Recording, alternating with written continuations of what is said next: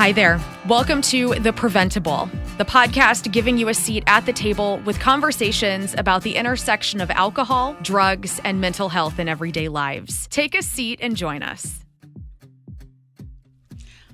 Welcome to The PrevenTable. With me today is a return guest, and she's here for like a really cool reason, so I'm very excited. Dr. Hedva Barenholtz Levy is here with me today because she published her book. I have it, and I remember promising you a year ago. You did. I mean, you manifested this, okay? So when you were on the first time, we talked about it, and you said you were working on it, and it was coming, and as I shared with you before this, I mean, this is a legit book. This is not a no talking down or whatever, but this is not a self-published like pamphlet. This is a book. It's a book. I know. Whoa. Thank you. Okay, so we're going to talk about the book and what is in the book in a few minutes. But what was it like when you got the call or the email that like it was happening and like you got the first look? Isn't that what they call it? Like your first, where you get to see the cover and everything. Like, talk me through that. And can I also just say that your whole vibe is a little bit different than the last time you were here? Like, I don't know if you've gone Hollywood on us or whatever, but you're very like, hi, I'm a published author. Oh my gosh. My husband's always asking me, well, what was it this week? Where exactly. Where were you this week? What was the interview? Yeah. So, no, you're so sweet. So talk me through the moment when you found out it was happening and you saw it. Well, there's two pieces there, right? So when the book actually came, and I took a photo that day. It was just a moment of, it's here and it smells good. I mean, I love books. So it smells like a new book. I love the cover. I've always loved the cover.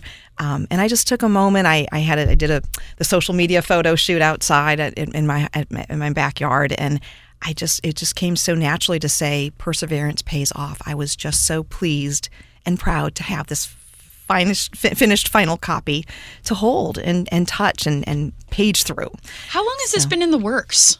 So then going back to like when, as it all unfolded, I got the official contract February of 22, so just over a year and a half ago.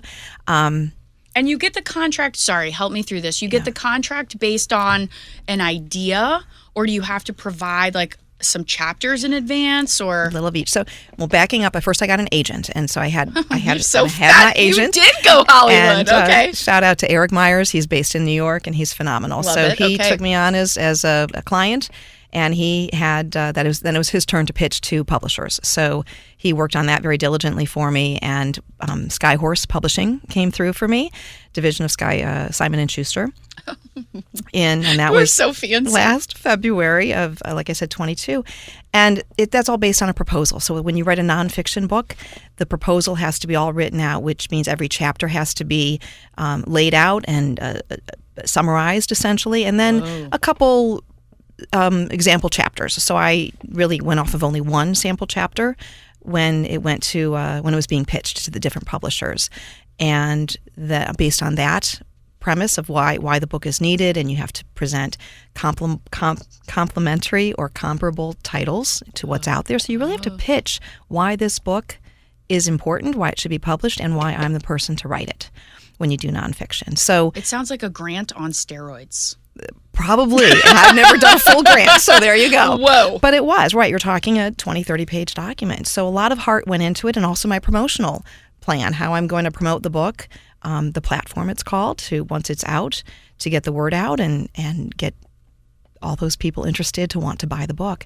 So all of that is kind of laid out in the beginning, and then it's on good faith that I'm going to come through and fulfill my platform and fulfill the book and all that. So I had just over 6 months to write it.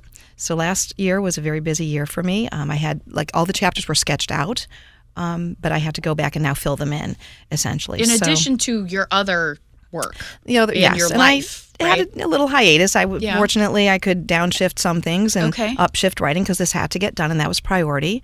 I also was very actively involved in one of my professional pharmacy associations at the same time. So my joke is, I don't know if it's a joke, you be careful what you ask for. I did ask for the leadership role with my pharmacy association. I asked for this book, and I got it all at the same time. We always say, what's the worst that could happen? We could actually get it. Yeah, right. Okay. So I had to embrace the fullness and go with it.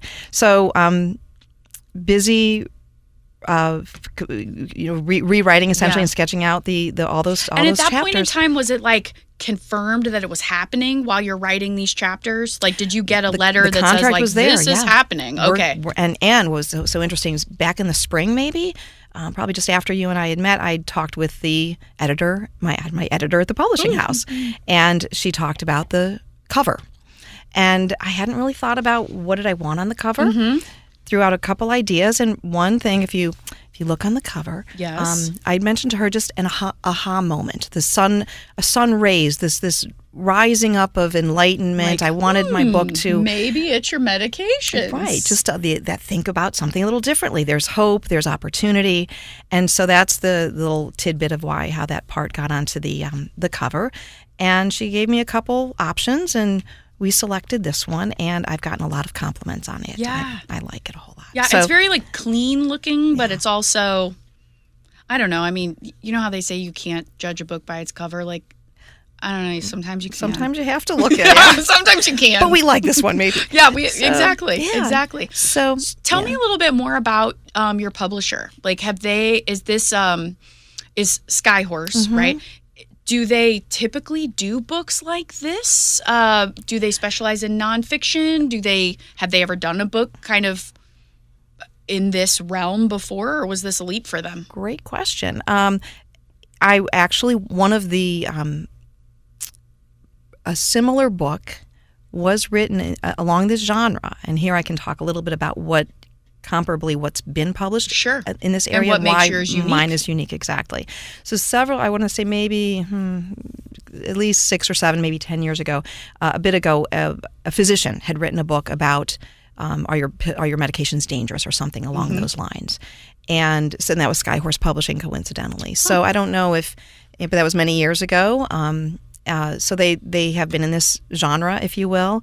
But they do a lot of a wide variety of publishing. So not sure why they took this one, but they've been in that area, I guess. Well, I know why, because it's needed, and you probably did one hell of a pitch. Yeah. So let's dive into the book. Yep. So what it says is, my goal in writing this book is to stop the cascade of medication overuse and misuse. We need to begin talking about our medications to better understand which ones are of benefit and which ones might no longer be needed or possibly are harmful. I want to empower individuals of any age, but especially older adults, to become educated consumers and wiser medication users. Educated consumers. We talk to kids about that. We're like, oh, brands don't control me. Oh, okay, interesting. Let's talk about how many brands you're wearing right now. And it doesn't mean you have to wear all no-name clothes, but be an educated consumer. Know what you're wearing. Know what you're putting in your body. Know what media you're absorbing. Yeah, that's the crux of this, from what I can glean. It's do what you need to do, what you want to do. Just know about what's going on, and don't be afraid to advocate for yourself. Yeah, eyes wide open. Yes, and that communication piece and advocacy is an overriding theme. It does seem to be a theme. Because there's so much behind why this book is needed. So a couple things. First, I marry healthy aging with medication use. So we have books out there about growing healthy, keeping our mind healthy, our body healthy, what have you, losing weight, all this wonderful stuff. And we have some books are out there about medications, how to find out what, side effects. And there have been books published about, like I mentioned, this physician who published a similar book, a related book at Skyhorse years ago, that talked just about the medications, but it's about medications of any age. My book looks at how as we get older, we're going to need medications. Most likely, chronic conditions will occur. It's just part of life, unfortunately. But how can we choose and use those medicines that as safely as possible? Be aware of what do we need to know about side effects or interactions, or how long it needs to be used. When do we need to stop and reevaluate if the drug should be continued, or if there's a different option that is better for me at this point in my life. So your niche is really the marriage of aging in a healthy way and being an educated consumer about the medications that you're putting in your body. I think that's a fair way to word that, absolutely. And I think, it's more needed than ever for a few reasons, right? Number one, we know that prescription misuse and all that's been a hot topic for a while now. Mm-hmm. But also, we have a growing senior population. And I remember having discussions about this 15 years ago, 20 years ago, knowing that just if you do the math, you knew where we were going to be, right? And I was having this conversation yesterday with somebody about the job market and how it's really difficult to find people, who not want to work. There's more jobs than there are people, right? Mm-hmm. And the person I was talking to said, this didn't happen because of COVID.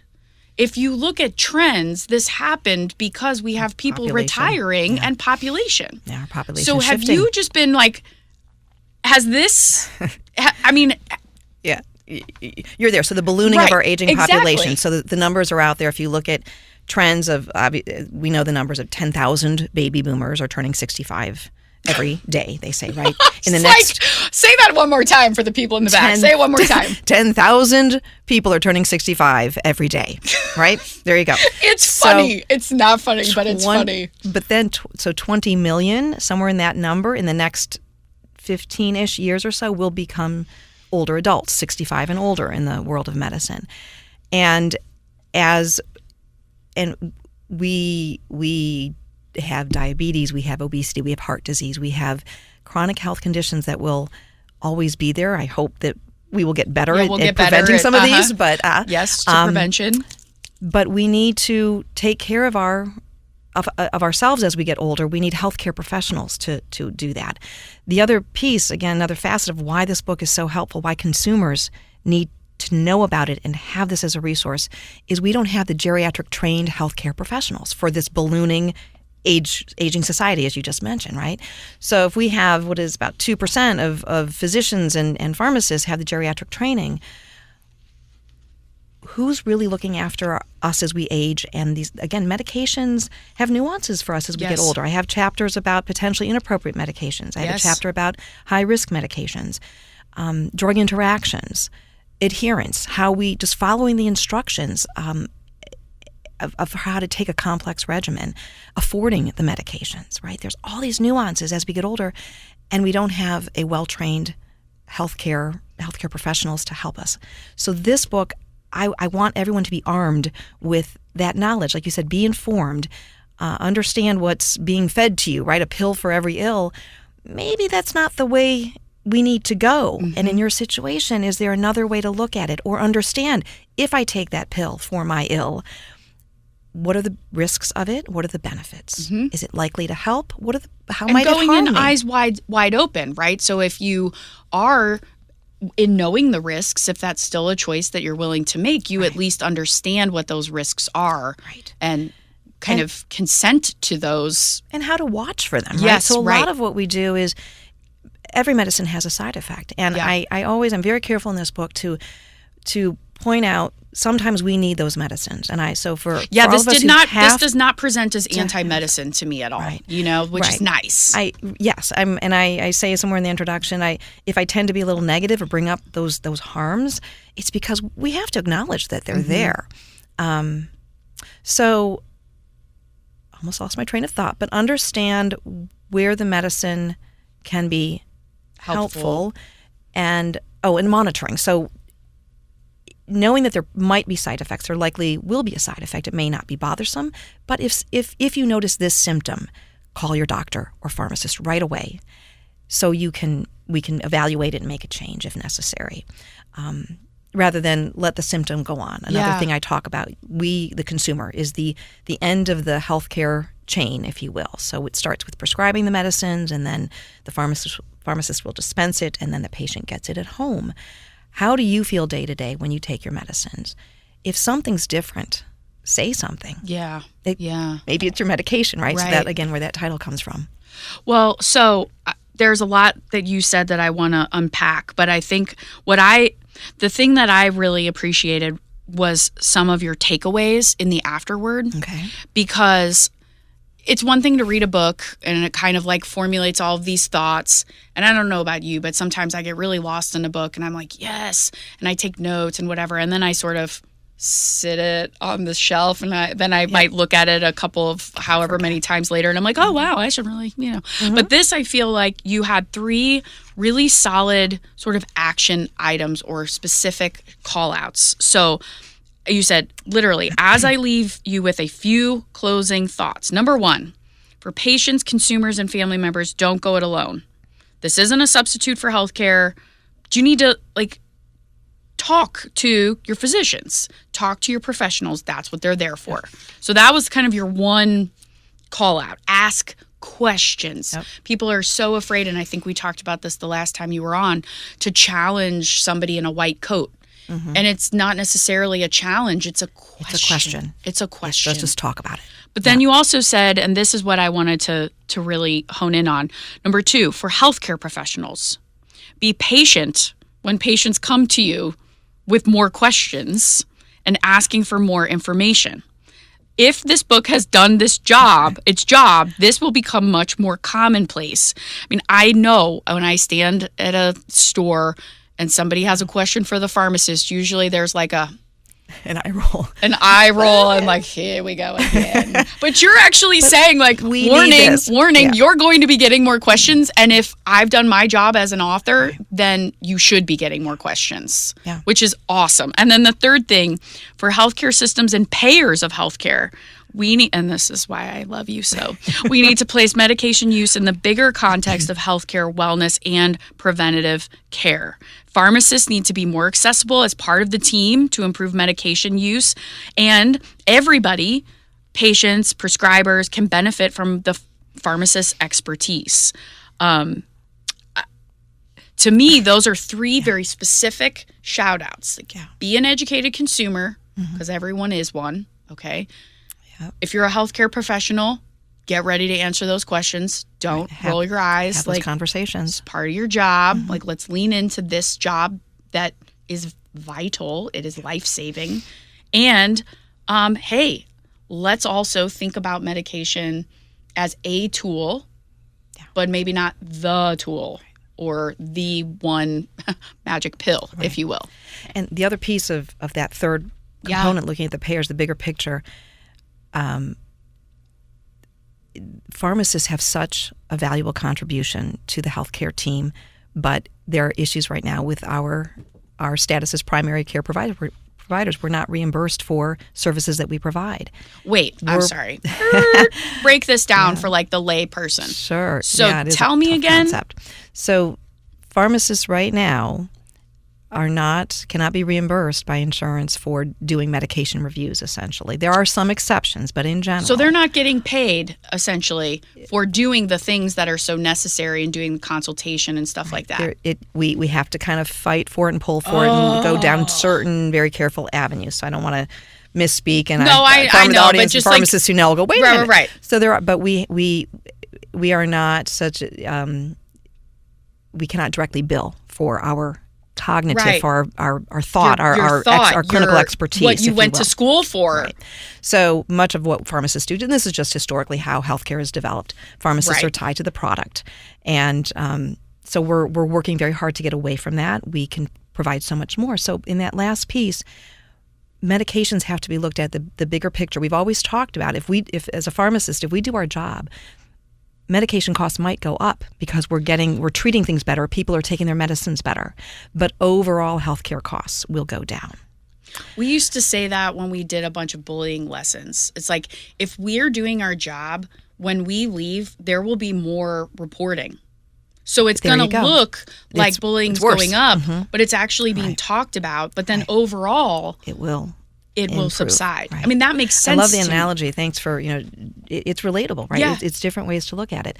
So unfortunately, but if we look at anything of, what's a pharmacist going to cost? it's going to look like added dollars. But overall, the idea is to save money. When I do a medication review, if I can find one unnecessary medication, you do the multiplication of how much that will save over time, that we're stopping a drug that no one has to pay for, and we're avoiding a possible adverse drug reaction or an interaction that could lead to an emergency department visit or hospitalization. Right. And these are the problems that I talk about, and why we at about 2/3 of these medication-related problems are preventable. Great word. Did I just do that for you? You did it. Thank you. Did very, very nice work, Hedva. Very nice work. We can, but we need to step up to the plate. Consumers have to be part of the healthcare team and realize that they can contribute. So there's a lot packed into that afterword, and I chuckle because I did write it fairly quickly, and so it came from the heart. It came from after wrapping everything up, and I just can't say enough of how important it is. Even when we talk about this over-medication concern we have with older adults, there's a new trend called de-prescribing, which is reducing or eliminating some of the medications. And it has to be done carefully, and we have to be very thoughtful about it. But one important piece to get to the point where we can reduce medications that are unnecessary or harmful, not the ones that are valuable and needed, is the patient and caregiver, consumer, whatever term you want to use. They have to have buy-in. They have to understand that it's an option. I may not have to be on that medicine. There might be an alternative. They have to know what those alternatives are, the non-drug things we can do. So again, this book is part of that bigger equation of how, as a society and a healthcare system, we can use our medicines more efficiently, more judiciously. I like to use that word, or mindfully. Just think, do we need them always? So, yeah, it's like just because we can. Does it mean that we have to, or that it's the answer? Or, Right, exactly. And it's something to consider, right? Because if you have a chronic condition and there is a medicine or a host of medications that could, reduce your symptoms, that for many people is very appealing. There might also be some other options that might be I'm just thinking about like diabetes management or things like that. That might be a little trickier, maybe a little more intensive to do, but some of that can be managed with no medication or with minimal medication. But knowing that you as a patient get to engage in a conversation with your healthcare providers it shouldn't be kind of like a brain explosion. Thing, right? It should be more natural. It should be more natural, but it's not. Right. It's intimidating, right? Because you have all these letters behind your name, and I'm assuming that you know what what I should be doing, because I'm just little old me and I don't know. And you've got all that information in your chart, so you must have the answer. So have the picture. The clinician, the PharmD, the MD, whomever. They know what they know, right? I know about those medication side effects. I know where they interact. I know what's not a good choice for someone who's 85 years old. But you know how you feel. You know your preferences. I work with patients who don't mind taking all the pills. They might love supplements, right? These non-prescription. Sure. That's their way of being. Come back to that in a second. Absolutely. And then I talk to other people who really don't want the extra medications. The first thing they say when I meet with them is, I'm taking too many drugs, and they might be only taking 7 medicines. And to me, compared to a lot of the people I work with, that's nothing. So you, and you as the consumer, and that is what you bring to the table. And it's the clinician's knowledge and the consumer's knowledge that's where that two-way conversation has to happen. There's even a term for that, shared decision making, and I talk about that in the book too. So speaking of the supplements, so you do talk about that here as well. And many times where you're on a new diet or you want to start. I drink greens in the morning. I will not Maybe I should name drop them, Max, so that maybe they'll sponsor. But anyway, so I do this drink every morning, and it said, before I started taking it, consult your doctor. Did I? No, I did not. Of course not. Should I have? Yeah. I mean, not because it was going to kill me or something necessarily, but I don't know if it's too much of what I need, if it's actually like doing anything at all, if it's contraindicating with medications that I take. Right. If there's some an herb, some things can be in those that might cause an interaction of sorts. Yes. And it also lets your healthcare provider, your physician know that she likes to take natural things. She wants to work on her nutrition to be healthy and stay healthy. Yeah. That tells me more about Nicole, and that's important as I care for her. So that's another reason to talk about what you're doing. So in that perspective, it's not a medicine. But so if I go into my doctor and they say, what medicines are you taking? Should I list that? That's a great question. It probably wouldn't come naturally to me. I think it comes into the conversation of what are you doing to take care of yourself. Okay. Let's say your blood pressure is running high, or the blood sugars seem to be running high. So what are you eating, drinking, exercise? What's your physical activity? Your alcohol intake, alcohol, smoking, all that stuff, right? Mm-hmm. So that's part of that lifestyle piece. I'm trying to think if it were.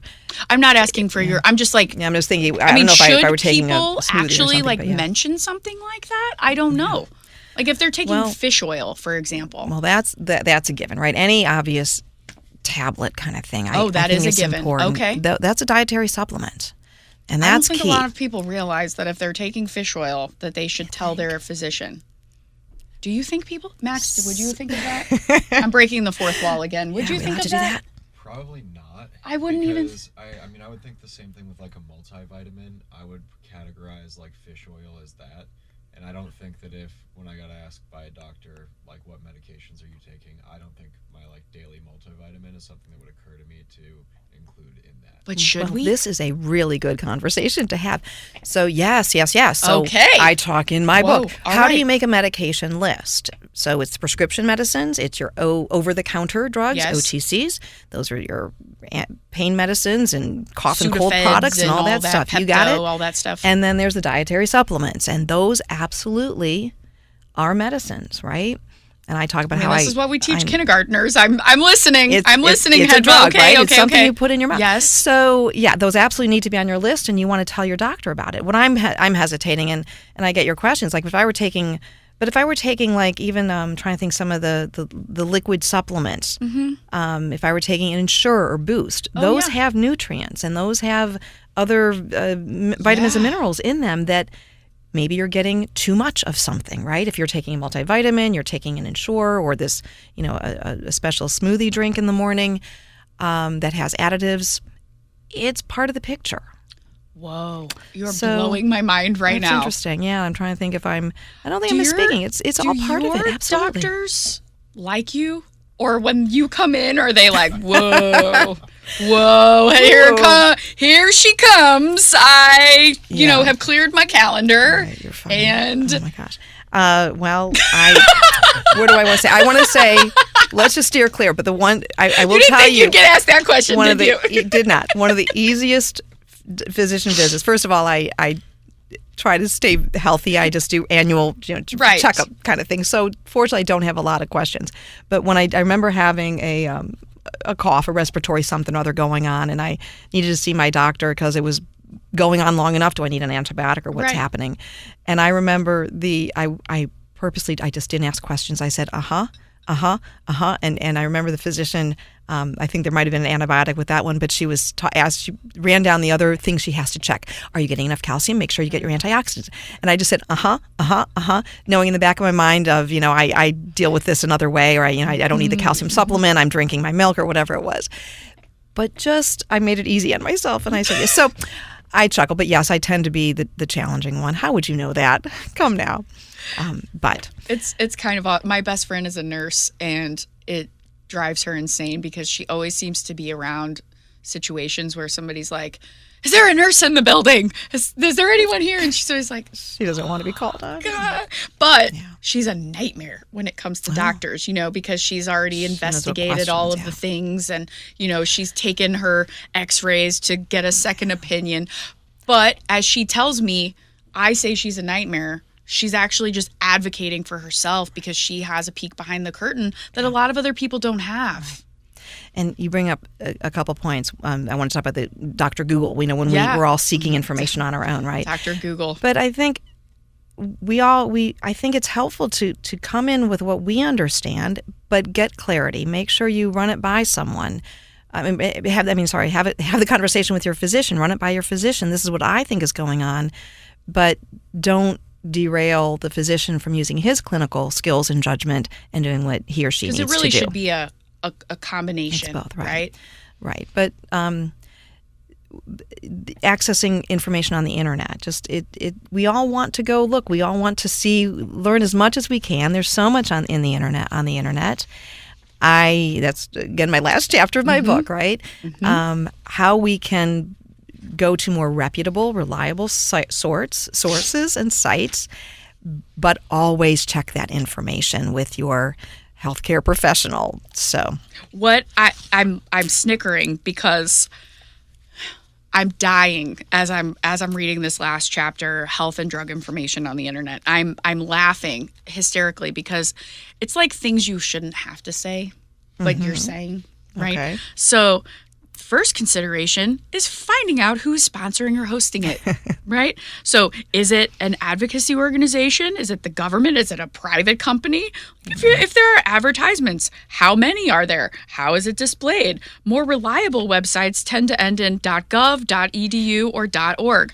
These are things that I will tell you when we are teaching high schoolers and middle schoolers about cannabis or about energy drinks or about nicotine and vaping and where are you getting your information from? Because inevitably there is a teenager, because this is just the way that teenagers are, and we all were one, they want to fact check you, right? Or they want to counter what you just said. So in real time now, because they have phones, they might be saying, no, like that's not really true.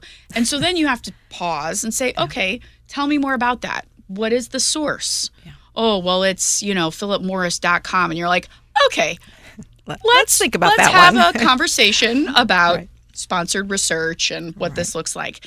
There is so much media literacy, in particular, internet literacy, that is baked into the lessons. And I love that you devoted a whole chapter on it. You even gave specific websites that you find reputable. Right. I mean, did you always know that this was going to be a chapter? Yes, and the challenge is so much can change over time. But that's why we need a second edition, right? Exactly. I'm already working on that, or thinking about it already. I laughed because I found one typo already. Oh, so is it killing you? Go find that. And then my other... Yeah, you have to buy the book and find the one typo, but you got to buy the book and find it. And the other enticement is I dropped the title in the middle of the book somewhere. So another fun one is to find my little... where I reference the title. My editor caught that one. I said, yep, threw that in there on purpose. So the first person who can find both the typo and where you put the title gets a free copy of the second edition, right? There we go. that puts it off a little bit. Yeah. Exactly. I love it.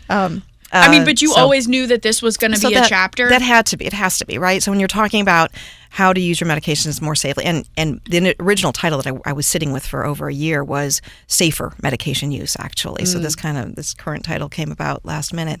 But knowing how to get decent information and how to use that information that you're invariably going to be searching for on your own, it was a given that chapter would be in there.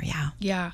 And I mean, you didn't shy. I mean, you definitely said that, they're a good starting place, right? Yeah. So like, I'm not going to mention them, but some of the ones you mentioned, you said like they can be good information, good information sources broadly, and then maybe get a supplement it or get some more information, have a real life conversation with your actual provider to talk things through.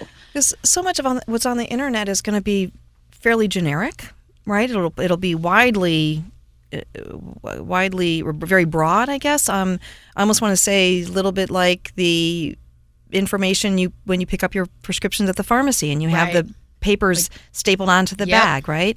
They list everything, and I always argue that people need to understand what matters to them.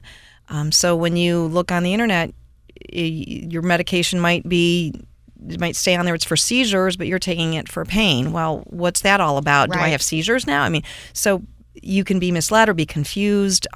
Also, some of if you do a real deep dive, some of it is like doomsday prepper, and you can be convinced that you're going to die, right? Yeah. And you actually might, but some of it it can start to like really mess with your head and is scary. I was taking I take an anti-anxiety medicine, and my prescriber thought it would be a good idea to switch. Mm-hmm. And because my insurance at the time stopped carrying it, and you roll your eyes because this is very common, right? Yeah. So they switched me to another medication that worked okay, except for if I took it too late before I went to bed, I would have these most vivid, intense dreams that impacted my ability to sleep. Yeah. Okay. And I like sleep. Yeah. Very much so. It's like one of I was asked the other day, do you have hobbies? I'm like, yeah, I really like to sleep. It's my fave. I do. I love sleeping. I have more hobbies, by the way, than sleeping, but it is a big one of mine.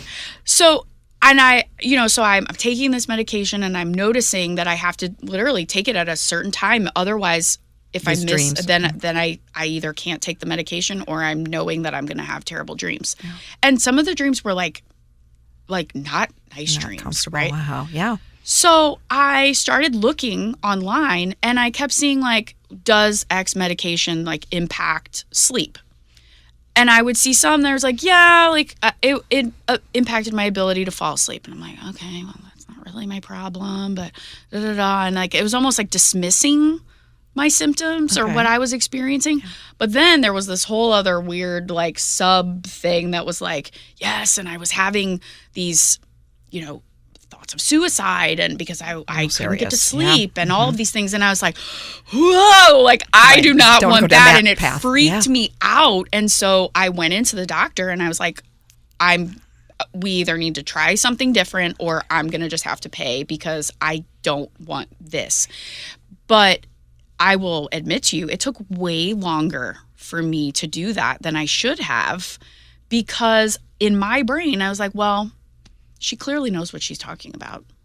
We've been working for a while together. She knew how X drug impacted me, so she would know how this drug. She chose carefully for you. She chose carefully. And I'm not saying she didn't, by the way, but the difference, once I finally used my voice and spoke up and then made the change, was night and day. Yeah. Night and day. It took me far longer than I wish it. Then I'd like to say, and why did you postpone it? Either it's time, but also the intimidation factor. Yeah, we started talking before about how the consumer doesn't have all the letters behind the back of the end of their name, but you knew how it was affecting you. Your sleep is key, and the medicine changed it. Now I could get into the whole issue of why the fact that you had to change if it was necessary because of the insurance company. That's a whole other conversation that we need to break apart. But to speak up, and say something. This drug is not working. So either switch to another one. I don't know. I hope it ended well, but you had to speak up. Good to go. But I think there's another like third person here in the conversation sometimes when we're talking about seniors, and that is the caregiver sometimes, or the a person who is taking care of the older parent, and they kind of need to be involved in the conversation too, because they could say, well, mom and dad, like, here's what I'm seeing. Yeah. Here's what I know to be true about their typical behavior. Here's what I'm seeing. Here's maybe that maybe they're not noticing, but I'm observing this. I'm observing this. Just as important, right? And when we talk about with geriatric medicine, working with older adults, often there is a caregiver involved, be it the spouse or an adult child. And there's a different perspective. It fills out the picture sometimes. It's a way someone might notice something being a little off. Again, maybe it's your medications, a side effect or an adverse drug reaction. Medications, too many medications we know can lead to decreased physical functioning and decreased cognitive functioning. So confusion, maybe, increased risk of falling, being a little unsteady on the feet. Yep. All those are very risky, and an individual may not notice it, or that denial piece. I watched my dad recently go through some issues with his health. And it's hard because there can be denial, and someone else involved in the care can see what's going on and support the person that we need to look into this. Let's go see the doctor. Let's find out what's happening. So I know that in between the time we're recording today and when this is released, you're you're in the midst of a press tour right now, right? Like you of have sorts. I'm working. Yeah, a little bit. I'm calling it a press tour. You've got a book signing, and you've got some pretty. And some other podcasts going. Other podcasts, and it's cool. not just here locally, right? Right. Well, I'm working on spreading out, but I grew up in Cleveland, Ohio area. So I am going back for a high school reunion. Won't say which one. So that weekend I'll be doing a book signing in a bookstore there. Are you just going to walk cool. into your high school reunion being like, boom, pow, I did this. Hello. But it's fun because I'm having some on social media. A couple classmates have commented, I know someone famous, and so it's kind of fun. Anyhow, but yeah, we'll promote it a little bit through the reunion. But anyhow, so that's why I'll be in the Cleveland area. I have a book signing here in St. Louis, and then I'll be up. I have a talk planned up in New England area. I'll do a couple things that way. Just working with my colleagues. I want to get to as many cities across the country as I can, where I know people, where there's connections, where there's people who want to hear more about the value of getting the consumers involved, empowered, engaged. It's so important. It is so important. And I have to tell you before we end that when you emailed me to say that the book was out and that you wanted to be on the podcast to talk about it, I called Max and I'm like, we've just had our first actual request. Somebody who has said I want to be on it. And I think that we're honored that we are part of your press tour, is what I would say. And we're big supporters of you. And the book is great. And I told you ahead of time, it's normal. And you're like, normal. And then you said relatable. I said, yes. It's not dense. Good. It makes sense. And I feel like I could read it. My mom could read it. And a professional could read it. And you're not talking down to anybody. You're not talking up to people. It's very relatable. Oh, I love hearing that. And thank you very much. Write that review on Amazon. I will. Yeah, I'll review it. Well, speaking of reviews, if you liked what you heard, please consider rating, subscribing, or reviewing, because they make a difference, don't they? They make a difference. Yeah, it shows the powers that be that people are paying attention and like it. Yeah. It does. And I hate to play that game, but it does matter. So any reviews would be very much appreciated. But okay. I want it to be relatable. I wanted to make it as understandable as I could, but I also didn't shy away with some difficult terms, but to help us have that conversation. Totally. So and I appreciate those words, Nicole. you broke it down, and did you put a glossary, or did I make that up? There's a glossary. Yes, there's a glossary. Absolutely. A table of all the tables. So very user friendly. Tried to make it so. Well, if you like what you heard, if you want to read the book, please consider rating, reviewing, or subscribing to the PrevenTable, and consider reviewing this book because it's amazing. Maybe it's your medications. Love it. Love it. Thank you so much for being here. It's a pleasure. Thanks for having me back. Thanks for joining us at The PrevenTable, brought to you ad-free by Prevent+Ed. Prevent+Ed works to reduce or prevent the harms of alcohol and other drug use through education, intervention, and advocacy. Please visit their website at PreventEd.org. Like what you heard? Rate, review, and subscribe to stay up to date with what we are serving on the PrevenTable.